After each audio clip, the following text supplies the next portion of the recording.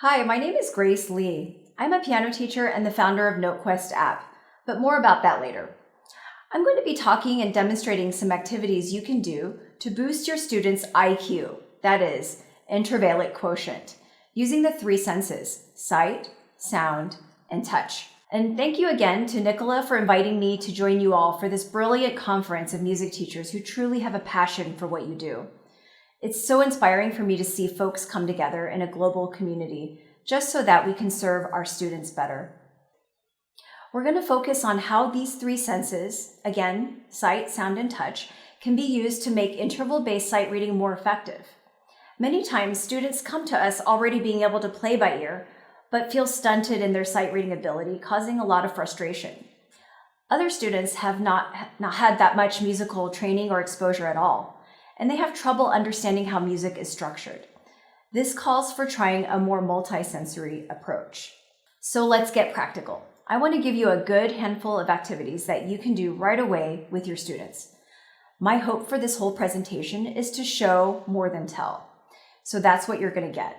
The videos pretty much speak for themselves. Whatever you plan, try to be aware of how much you're integrating these three senses: sight, sound, and touch. You're going to hear me say that a lot. And number 2, practice or prescribe sight reading as a separate activity, daily or at least consistently, in a basic flashcard format inside of NoteQuest. Again, you don't have to use an app for this. You can make your own flashcards for this very basic activity that probably many of you already do. Here's an example of how it's already built into the app. I'm going to choose landmark notes, and let's do the 3 C's.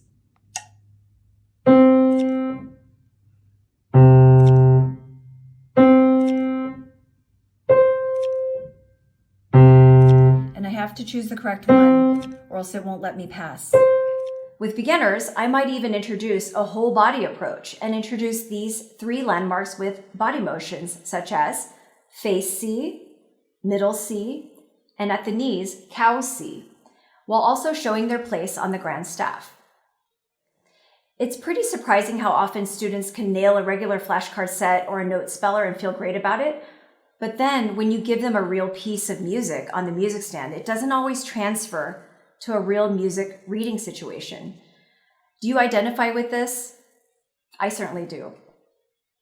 So here's a video clip of me doing point and play with a beginner student.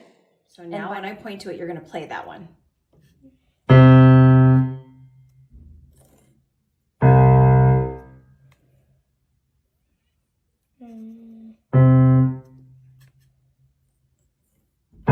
All we did was bring those same landmark notes and identify them in context to a real piece.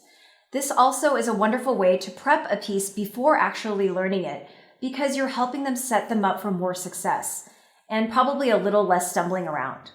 We call this scaffolding in education.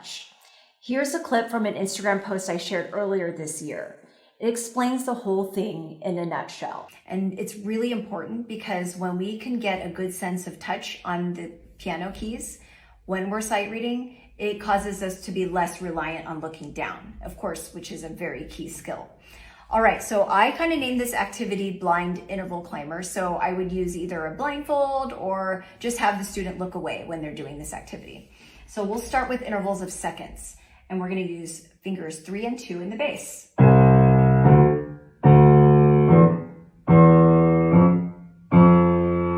And as you can see, this is also a great opportunity to practice good technique. So using drop, lift,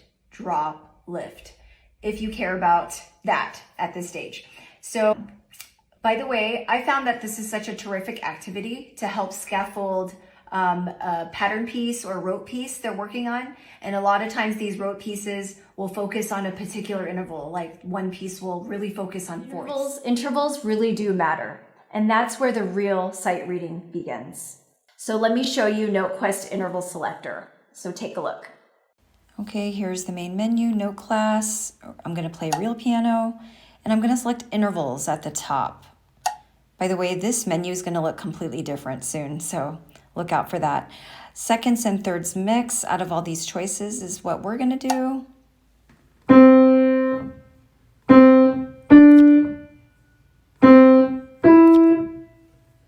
So this really makes the student discriminate between skips and steps. The next natural progression would be to introduce directional reading, and that's what you see here.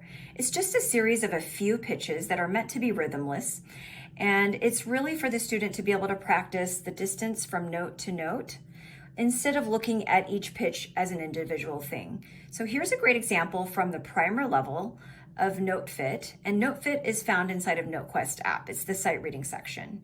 So here we see a series of just 4 pitches, and these are all based on middle C, reinforcing those landmarks. The next set you'll find in G, and so on. So these are focused on the landmarks. Now, when the student plays this, all they have to do to check themselves or their accuracy is to tap the screen and listen. And now they're using their ears.